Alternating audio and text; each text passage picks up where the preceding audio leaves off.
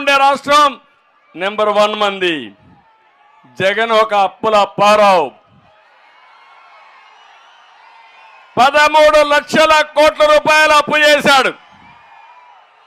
ఎవరు కడతారు? జగన్మోహన్ రెడ్డి కడతాడా? ఓడిపోతే ఎక్కడికి బారిపోతారో తెలియదు, పట్టుకు రావాలా మళ్ళా మనం. కానీ 13 లక్షల కోట్లు మనమే కట్టాలి, అవునా కాదా అని మిమ్మల్ని అడుగుతున్నా. ఇంకో పక్కన గంజాయి డ్రగ్స్ లో మాత్రం మనమే టాప్. మీరు ఒక విషయం గుర్తుపెట్టుకోవాలి, ఎవరైనా గంజాయికి అలవాటు అయితే ఆ పిల్లలు మన పిల్లలు కాదు, మన కంట్రోల్లో ఉండరు. ఇంకా ప్రతి ఒక్క ఆడబిడ్డను కోరుతున్నా, మీరందరూ గుర్తుపెట్టుకోవాలి, మన పిల్లల్ని మనం కాపలా కాయలేం. బయట పోయినప్పుడు ఎవడైనా గంజాయి అలవాటు నేర్పిస్తే ఇంకా జీవితాంతం అతను మన చేతుల్లో ఉండడు, మనం పోగొట్టుకోవాలి. ఇంత దుర్మార్గం జరిగితే ఏ రోజు ఒక్క రోజైనా సరే గంజాయి లేకుండా చేయడానికి సమీక్ష చేశాడా ఈ ముఖ్యమంత్రి? ఇది న్యాయమా అని మిమ్మల్ని అడుగుతున్నా. ఇంత దుర్మార్గుడు వదిలిపెడతారా అని మిమ్మల్ని అడుగుతున్నా. ఇంకో పక్క విద్యుత్ రేట్లు, మద్యం రేట్లు, ఇసుక ధరల్లో కూడా మనమే టాప్. ఎన్నికల ముందు మీకు ఒక మాట చెప్పాడు, జ్ఞాపకం ఉందా? నేను ఉచిత ఇసుక ఇస్తా ఉంటే దాన్ని విమర్శించాడు, కావాలని అపవాదులేశాడు. ఈరోజు అడుగుతున్నా, ఇసుక ఆ రోజు చౌకగా ఉందా, ఈరోజు చౌకగా ఉందా? ఆ రోజు మీరు ట్రాక్టర్ పెట్టుకుంటే ఎక్కడైనా ఇసుక తీసుకుపోయే స్వేచ్ఛ మీకుండే, ఈరోజు ఉందా?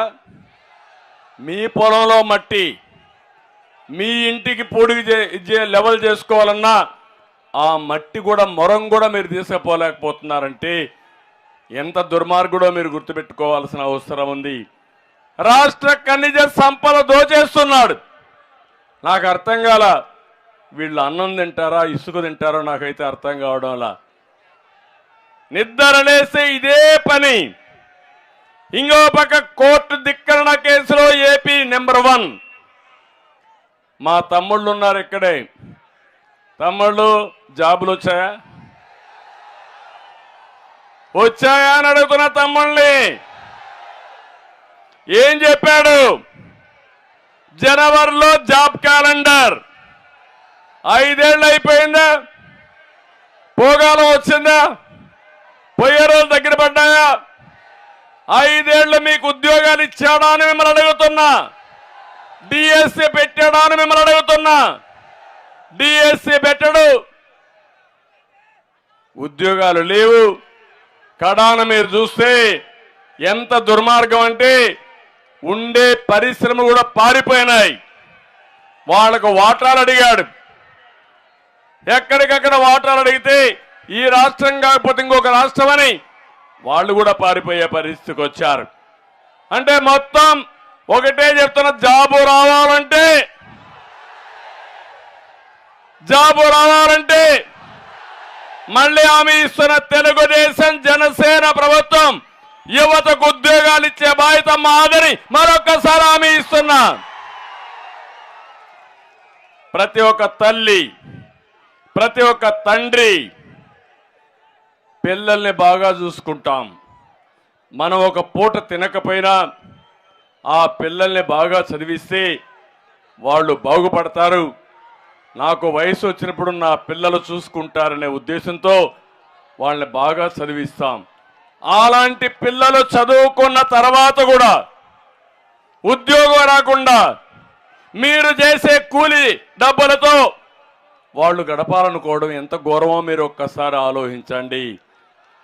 ఇది మన యువత తప్పు కాదు, మన పాలకుల తప్పు. అందుకే నేను ఒక హామీ ఇచ్చాను, యువ గళం కింద ప్రతి ఒక్క నిరుద్యోగిని, చదువుకునే పిల్లల్ని పూర్తిగా ఆదుకునే బాధ్యత తెలుగుదేశం పార్టీ జనసేనది. 3000 రూపాయలు నిరుద్యోగ భృతి ఇస్తాం తమ్ముళ్ళు. మన ప్రభుత్వం వస్తానే యువతకు 3000 రూపాయలు ఇస్తాం. అమ్మ నాన్న పైన ఆధారపడాల్సిన అవసరంలా, నేనే అండగా ఉంటా మీకు. ఇంకో పక్క సంవత్సరానికి 4 లక్షలు, 5 ఏళ్లలో 20 లక్షల ఉద్యోగాలు ఇప్పించే బాధ్యత తెలుగుదేశం పార్టీ తీసుకుంటాం. ఇవే కాకుండా మీ ఊర్లో మీరు బొబ్బుల్లో కూర్చొని అమెరికాలో పనిచేయాలంటే వర్క్ ఫ్రమ్ హోమ్, మీ ఇంటి నుంచే పనిచేసే విధానాన్ని తీసుకొస్తా.